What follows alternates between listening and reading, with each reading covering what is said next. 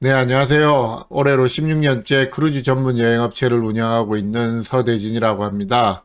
지난번에 말씀드린 것처럼 8월 초에 알래스카 크루즈를 다녀왔는데요.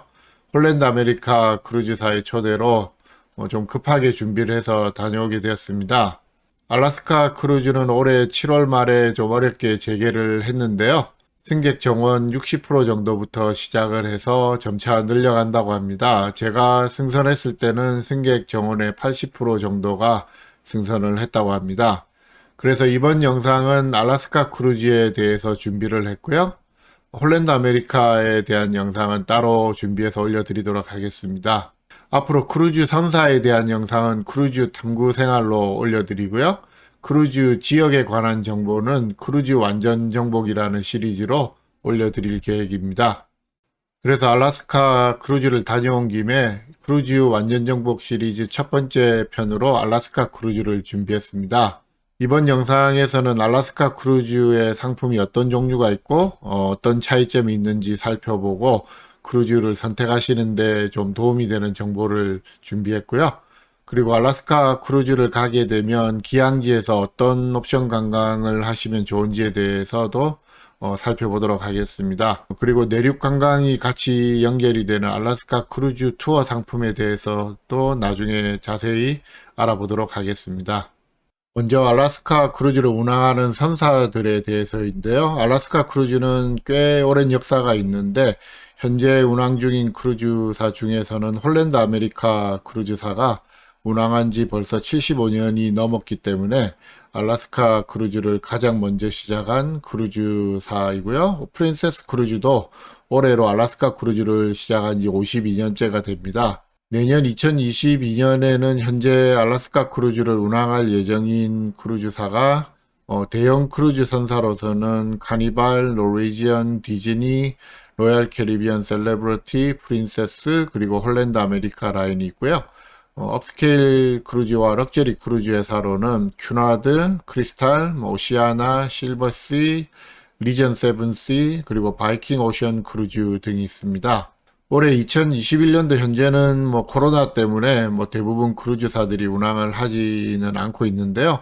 2002년도에는 거의 대부분 운항할 예정인 걸로 알고 있습니다. 대형 크루즈선들 외에도 소형 익스피디션 크루즈사로는 아메리카 크루즈 라인이라든지 언크루즈 등 한 100명 이하의 아주 작은 소형선으로 운항하는 크루즈사들이 알래스카 크루즈를 운항을 하고 있습니다. 다음은 알래스카 크루즈 운항 시기와 날씨에 관해서인데요. 다른 영상에서도 제가 몇 번 언급을 한 적은 있는데 알래스카 크루즈는 보통 5월부터 9월 중순까지 운항을 합니다. 가끔은 4월 마지막 주에 시작을 하기도 하고 9월 말까지 운항하는 경우도 있긴 한데 대부분은 5월에 시작해서 9월 중순에 끝난다고 보시면 되겠습니다. 올해는 특별히 10월 초까지 운항하는 알래스카 크루즈가 있는데요. 이건 올해 7월 말에 알래스카 크루즈를 시작했기 때문에 좀 예외적인 스케줄입니다. 10월에는 날씨가 어떨지는 모르겠는데 어쨌든 10월에 하는 알래스카 크루즈는 아마 올해만 있을 것 같고요. 알래스카 크루즈가 5월부터 9월 정도까지만 운항하는 이유는 날씨 때문인데요. 알래스카 크루즈의 주요 기항지인 주노의 월 평균 기온은 다음과 같습니다. 5월에는 섭씨 낮 최고 13도 정도, 평균 13도 정도니까 좀 쌀쌀한 편이고요.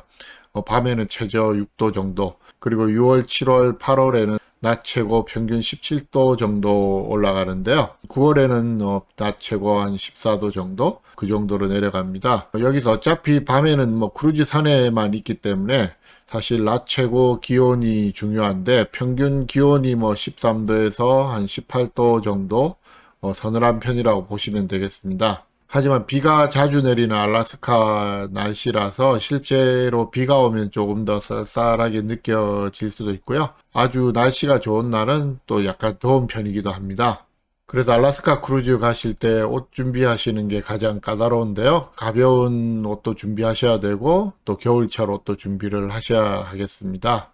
비록 5월의 평균 기온이 7, 8월보다는 약간 낮지만 5월이 비교적 날씨가 좀 더 좋고 비가 상대적으로 적게 오는 편이라서 시간이 가능하시면은 알래스카 크루즈는 5월에 가시는 걸 권해드리고요.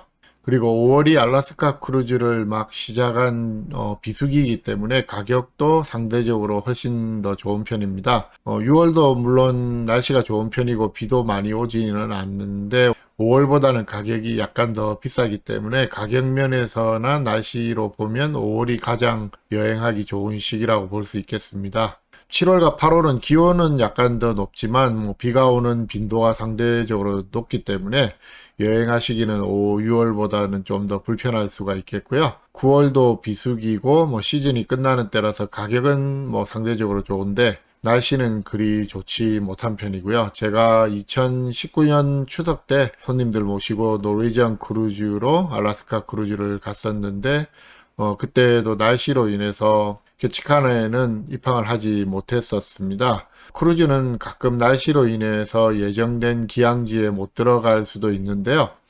참고로 말씀드리면 크루즈선의 기항지는 날씨나 크루즈사의 사정이나 또 아니면 현지 기항지 사정으로 인해서 기항 시간을 변경할 때도 있고 어떤 경우에는 아예 기항지를 못 들어가는 경우도 드물지만 가끔은 있습니다. 이런 경우에 따로 보상은 없고요. 해당 기항지의 포트 차지 정도만 약간 환불을 해 드리는데요.